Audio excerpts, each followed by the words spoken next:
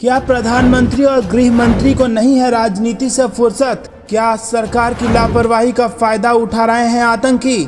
पूंछ मामले में शिवसेना का बीजेपी पर तंज और लगाए कुछ आरोप। दोस्तों, इसी के साथ दूसरी बड़ी खबर में आपको बताएंगे कि ईद की मुबारक देकर ममता बनर्जी का बीजेपी पर हमला।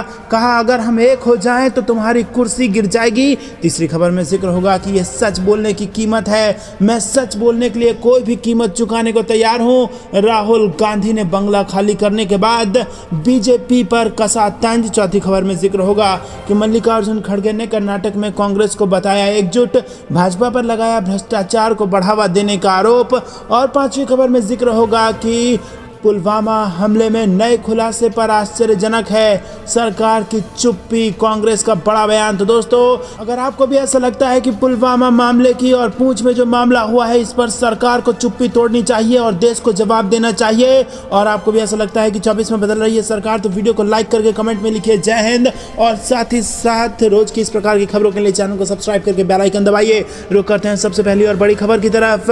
पूंछ हमले पर उद्धव शिवसेना का तंज। इसी के साथ कहा कि देश के पीएम गृह मंत्री को राजनीति से फुर्सत नहीं, आतंकी उठा रहे हैं इसका फायदा। जी हां दोस्तों, शिवसेना उद्धव ठाकरे गुट ने पूंछ में हुए सेना के वाहन पर हमले को लेकर केंद्र की भाजपा सरकार पर जमकर निशाना साधा।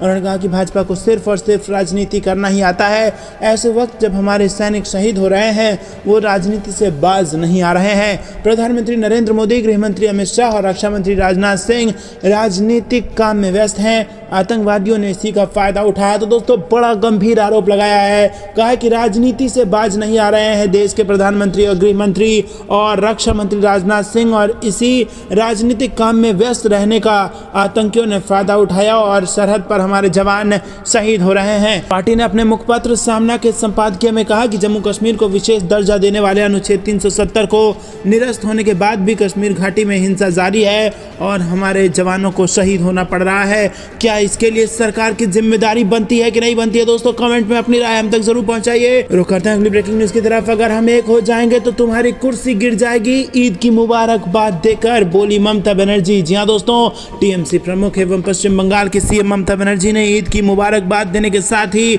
लोगों को संबोधित किया और इस अवसर पर उन्होंने कहा कि हम दंगा नहीं चाहते, हम टकराव नहीं चाहते, हम शांति चाहते हैं, हम देश को बांटना नहीं चाहते। मैं मर जाऊंगी मगर देश का बंटवारा नहीं होने दूंगी। लेकिन कुछ लोग भाजपा से पैसे लेते हैं और बोलते हैं कि हम मुस्लिम वोट तोड़ देंगे, मगर ये संभव नहीं है, ऐसा नहीं हो सकता। कार्यक्रम को संबोधित करते हुए ममता ने कहा कि मैं धन बल और केंद्रीय एजेंसियों से लड़ने के लिए तैयार हूं, मगर मैं अपना सिर नहीं झुकाऊंगी। उन्होंने कहा कि 1 वर्ष के अंदर ये तय करने के लिए चुनाव होंगे कि हमारे देश में सत्ता में कौन आएगा।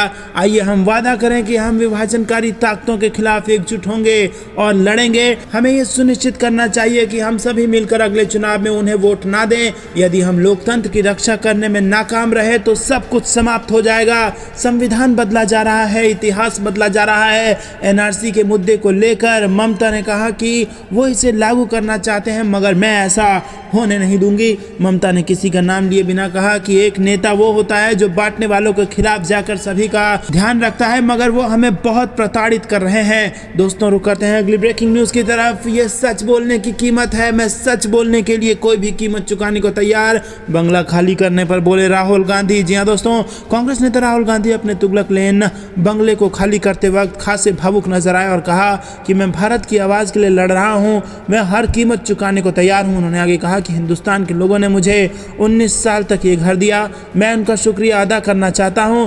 ये सच बोलने की कीमत है, मैं सच बोलने के लिए कोई भी कीमत चुकाने को तैयार हूं। दरअसल राहुल गांधी ने शनिवार दोपहर को तुगलक लेन बंगला पूरी तरह से खाली कर दिया है और कांग्रेस के पूर्व अध्यक्ष को मोदी सरने वाली टिप्पणी पर मानहानि पर सूरत की अदालत ने 2 साल की सजा सुनाई थी। दोस्तों, ये सजा हो सकता है वापस भी हो जाए और यहाँ पर इनकी सदस्यता भी वापस हो जाए, लेकिन घर खाली करवा दिया गया है राहुल गांधी से। जिसके बाद आपको बता दें कि भावुक नजर आए राहुल गांधी और उन्होंने कहा कि 19 साल तक इस देश की जनता ने मुझे ये घर दिया था और आज मैं इसे खाली कर रहा हूँ। मैं इस भारत देश की आवाज के लिए लड़ रहा हूँ और इसके अलावा भी जो कीमत इसके लिए चुकानी होगी मैं वो कीमत चुकाने को तैयार हूं। तो दोस्तों वीडियो को लाइक करना मत भूलेगा, ज़्यादा शेयर कीजिए। रुक करते हैं अगली ब्रेकिंग न्यूज़ की तरफ। मल्लिकार्जुन खड़गे ने कर्नाटक में कांग्रेस को बताया एकजुट, भाजपा पर लगाया भ्रष्टाचार को बढ़ावा देने का आरोप। जी हां दोस्तों, कर्नाटक विधानसभा चुनाव को लेकर कांग्रेस ने भाजपा पर जमकर निशाना साधा है।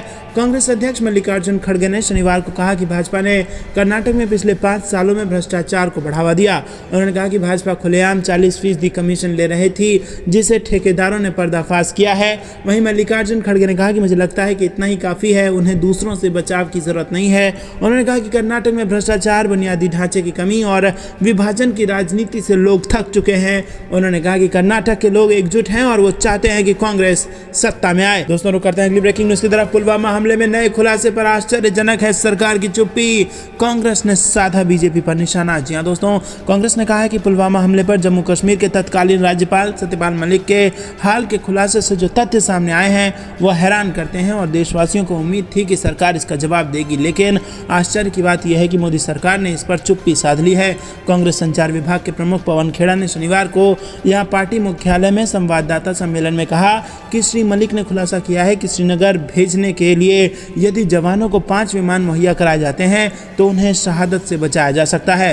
उन्होंने कहा कि श्री मलिक ने स्पष्ट तौर पर हाल में दिए साक्षात्कार में खुलासा किया कि यह हमला खुफिया विफलता तथा सुरक्षा में चूक के कारण हुआ है। यदि विमान मुहैया कराए जाते तो जवानों की शहादत को रोका जा सकता था, लेकिन सरकार ने विमान देने से इनकार कर दिया। रुक करते हैं अगली ब्रेकिंग न्यूज़ की तरफ। आम आदमी पार्टी सांसद संजय सिंह ने ईडी को भिजवाया नोटिस। जी हां दोस्तों, 48 घंटे में माफी की उठाई मांग। आपको बता दें कि आम आदमी पार्टी से सांसद संजय सिंह ने शनिवार को प्रवर्तन निदेशालय के अधिकारियों को मानहानि का नोटिस भिजवाया है। ये नोटिस ईडी के डायरेक्टर संजय कुमार मिश्रा और कथित आबकारी घोटाले मामले की जांच कर रहे जांच अधिकारी जोगेंद्र को भेजा गया है। संजय सिंह ने अधिकारियों से 48 घंटे के भीतर माफी मांगने वरना कानूनी कार्रवाई के लिए तैयार रहने के लिए कहा है।